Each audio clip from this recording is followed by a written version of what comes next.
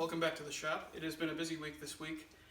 It's going to be a little bit of a different video because I haven't done anything that's really all that visually interesting that I wanted to make a video out of. I had to do a couple quick projects that I was just doing quickly, didn't have the time to record, but I'll show you what I did so you can see them. This video is also noteworthy because it is the first time I am not wearing my namesake beat up boots. It's really hot and humid out lately. The garage isn't so bad where the shop is, but it's still pretty gross. And so it was not a day for wearing jeans and boots. So I hope you forgive me for that. But yeah, let me show you around a couple of the things I did this week and talk about them a little bit. Item number one is my new drill holder. It's fairly common design, or at least inspired by fairly common designs, where you have these sort of slots on the bottom side that allow your drills to be stored. It's got a power strip in that side, which in turn powers the two battery chargers for this guy and this guy, as well as this one has an inline battery, so it just charges straight into that. I've got it all wired in right there. And then there's also just a couple screws I put in the side to hold the cord for the corded drill. Very straightforward. I built it all out of a couple old shelves, so it's a little ugly. And then we had these old brackets that were a little bit broken, but they are good enough for this. Trimmed off the busted edges, and there you go. Actually, I was able to reuse parts of it for these braces in the back. Originally, I didn't have this middle piece in here, and you can see, actually, if you look carefully, it bends a little bit that way, and that's just to make a little extra room for the power strip. But there was just a little bit too much flex in it before I put it in there to be super comfortable with it. But this was fairly quick, took me a couple hours, if even that, maybe an hour and a half, just to get everything lined up.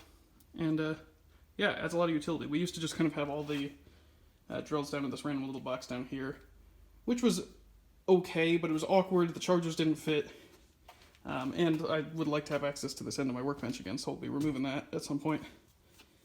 I'll find another use for it. It's a handy little cubby, but just not where it is. And then we have this here. So they're right at eye level, so you can grab them. Chargers, you can still see the battery indicator lights, so you can see they're both fully charged. Yeah, and we can just grab them as we need them, because these are probably the things you go to grab the most, and it's really annoying when you don't know where the batteries are, or the chargers aren't plugged in, or whatever. So now that's not an issue we have to deal with anymore, which is good.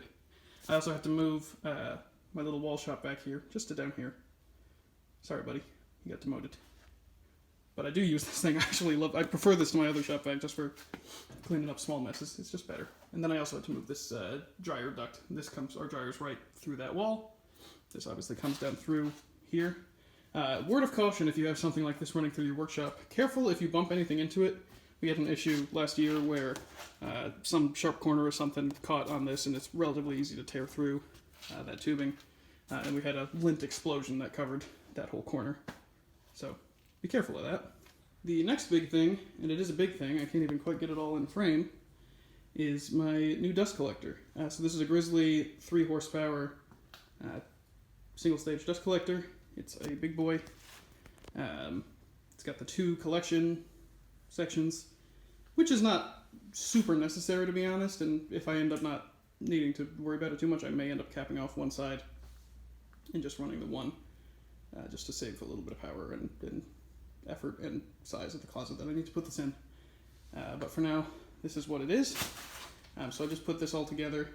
It's actually really easy to put together. It's all the same bolts or screws everywhere. That comes with a wrench and a ratchet. So yeah, remarkably easy to put together. I gotta commend Grizzly for that. Took me by myself maybe an hour to assemble it, if even that.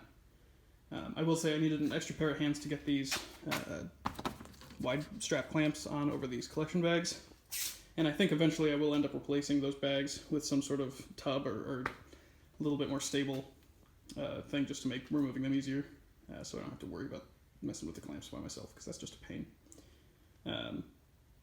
But yeah, I purposely sort of overdid it on this one. This is 3 horsepower. It does something like 2800 CFM, which is cubic feet per movement of air movement. And there's all sorts of calculators you can use online to see, what your tools require and how many you need and blah, blah, blah. I calculated my workshop to be somewhere in the neighborhood of 2,000. was what I actually needed. So I could have gotten a 1.5 or even maybe a 1 horsepower thing, and it would have managed to do the job probably okay. But A, I want to expand the amount of tools I have, and B, I want to kind of future-proof what I'm dealing with here. And so having something that I can add more onto without worrying about overloading the machine is going to be helpful. And eventually, if I expand out of this shop, get something new, this one will make a really good, at least starting thing, until I'm in a financial position where I can upgrade it to one of the big crazy ones with 5 or 6 horsepower motors. And I'm not an expert on electrical motors by any means, but this is a 3 horsepower electrical motor. You can see the stats on it right there. The other thing is we need to get an outlet wired for 240 volts. I don't have one of those in the place I need it, so I'm going to have to deal with that, but that's another thing. 3,400 RPM, all that good stuff.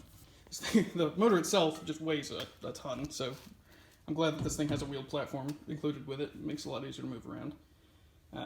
Yeah, I will definitely have some future videos about building the sort of shed I'm going to put this in outside. The main reason I'm doing that is A, space, and B, these filter bags, like you'd find on an old vacuum or whatever, they're rated to, I believe, 5 microns. I could be wrong on that. Which is good for getting most of the big dust, which will then settle down into these plastic bags.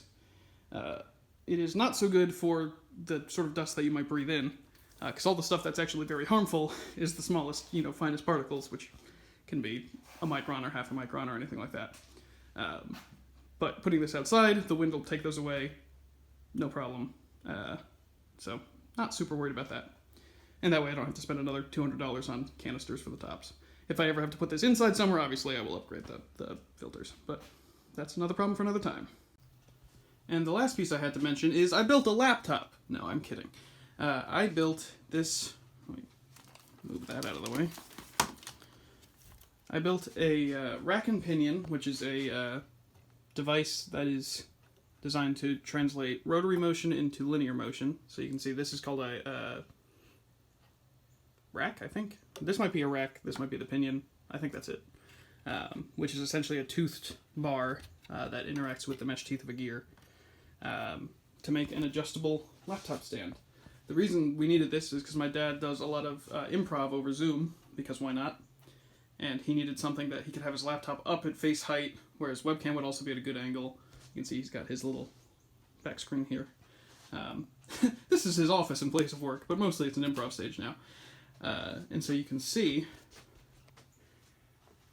this might be a little tricky to do one-handed. Just as a lock, a lot of times I was thinking about doing a spring-loaded ratchet thing or something, but for this, I just have a nail holding this little bar, which can then get out of the way. You can see it drops. And then this crank. The crank doesn't super work with the laptop on it. I hadn't really considered that amount of weight.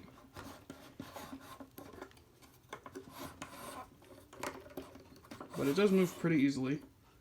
And this was very much a sort of hack job that I put together just in a few hours on Sunday. You can see this is even splitting a little bit, but that doesn't really matter. And so, were I to do this again, there's a lot I would do differently. But it was my first time experimenting with cutting out wood gears on the bandsaw, a la Matthias Vandel. Sorry, this is very tricky to do one-handed, is the other problem. Yikes. There we go.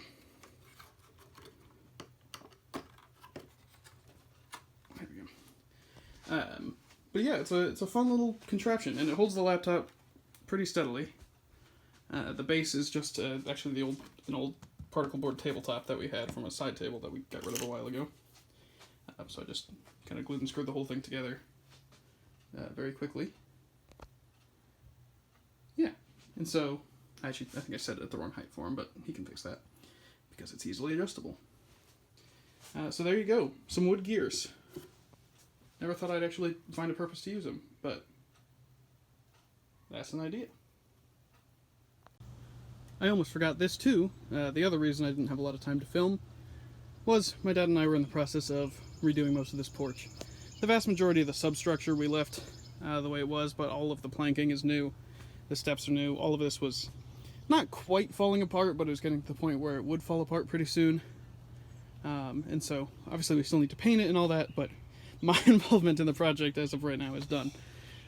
So we're very happy about that. It's a nice, lovely front porch. My dad and I built this Adirondack chair. I might have been 10 or 11 years old.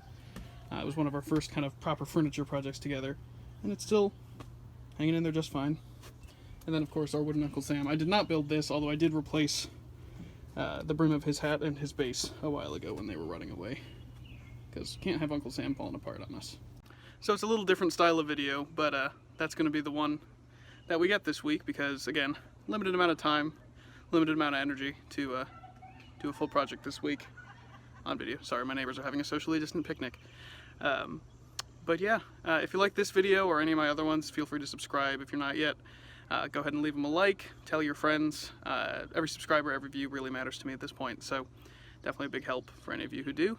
And let me know in the comments what you'd like to see me do next. And join me on the next one. We'll make some more stuff. Have a good one.